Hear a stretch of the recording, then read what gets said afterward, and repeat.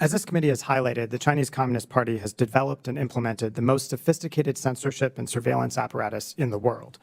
What has happened in the last few years, however, is not a simple evolution of the party's tools and techniques. Rather, it is a whole new threat to internet freedom, not only in China, but beyond. Not only is the Communist Party gathering enormous amounts of data on the Chinese people, at the same time, it is actively eliminating Chinese language portions of the global internet. Chinese language websites now account for just 1.3% of the global total.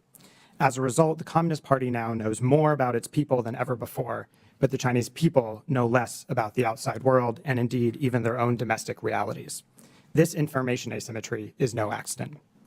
The Communist Party's strict information controls do tremendous harm to the people of China, but I want to focus my remarks here today on the effects on Americans. Increasingly, the Great Firewall is not only an obstacle for the Chinese people, but also a roadblock for U.S.-China relations. U.S. Ambassador to China Nick Burns recently warned that Chinese leaders, quote, say they're in favor of reconnecting our two populations, but they're taking dramatic steps to make it impossible. He cited the Chinese government's efforts to, again, quote, denigrate America, to tell a distorted story about American society, American history, American policy, end quote. In short, efforts to stabilize the U.S.-China relationship are now bedeviled by the Communist Party's censorship and disinformation apparatus. Moreover, if the Chinese economy continues to stumble as a result of the Communist Party's poor management, Beijing may feel that it has to rely more on nationalism to bolster domestic support. If this occurs, the Communist Party might lean even more heavily into blaming the United States for China's own woes. Setting the record straight will be critical to guard against this strategy. Moreover, techno-authoritarian tools developed by Beijing will not stay in China. Over the last decade, the Chinese government has exported censorship and surveillance technologies to over 80 countries worldwide. These tools and techniques will be adopted by autocrats from Russia to Iran to Venezuela and beyond. And through multiple international technical and standard-setting bodies, the Chinese government is attempting to reconfigure foundational elements of the internet. In short, the Communist Party's information controls not only harm the Chinese people, but also obstruct their ties with American counterparts and threaten to proliferate around the world. Now is the time for us as a nation to rise to meet this challenge. I want to quickly outline 4 recommendations with which we could do so. First, the United States needs an ambitious moonshot project on internet freedom. One estimate suggests that the Communist Party spends on the order of $10 billion per year to develop and refine its system of surveillance and control. U.S. internet freedom efforts receive much less than 1% of these resources. We must do more.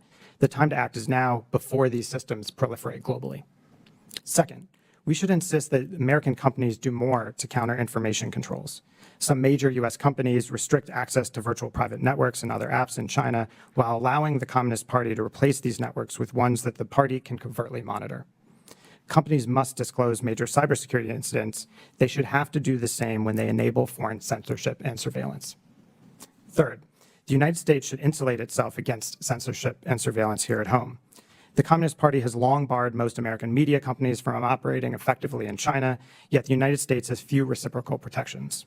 U.S. media companies themselves should be required to disclose when they disseminate information or accept payments provided by entities affiliated with designated foreign adversaries. Fourth, the Congress should conduct additional and should support additional research on Chinese censorship and surveillance. We need a deeper understanding of the tools and techniques that the Communist Party is using if we are to understand the evolving nature of the threat that it poses.